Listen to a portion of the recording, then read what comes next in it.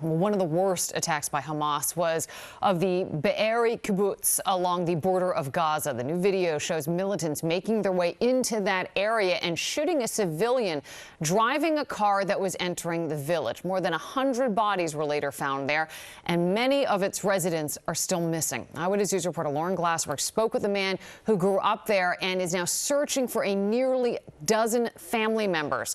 He spoke to Lauren from a city east of Tel Aviv. These are their faces, 10 family members kidnapped from Be'eri kibbutz in southern Israel. They are all relatives of Yotam Kipnis, a human rights worker. It's like a limbo, I don't know exactly where they are. I do not know if they're alive or dead, and if they are alive, they're probably held hostage in Gaza. Yotam grew up on the kibbutz where his parents still live. They are among the missing. Their house burned to this.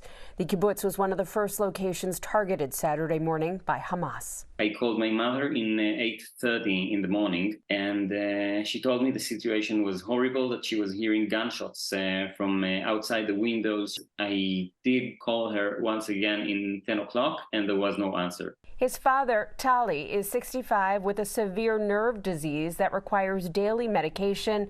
Yotam appealing to the Red Cross for help. Because even if he is alive and getting treated, reasonably, he can't keep on living for much longer unless he has his medication. His father's caretaker, Paul Castelvi, was also kidnapped, and then his body was found.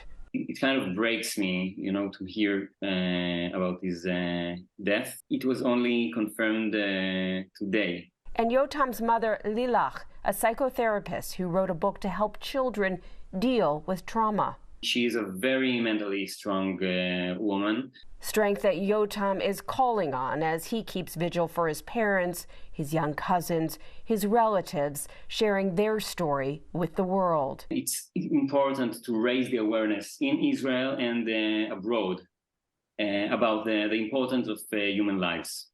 So many lives already lost, and so many that can possibly be saved. Lauren Glassberg, Channel 7, Eyewitness News.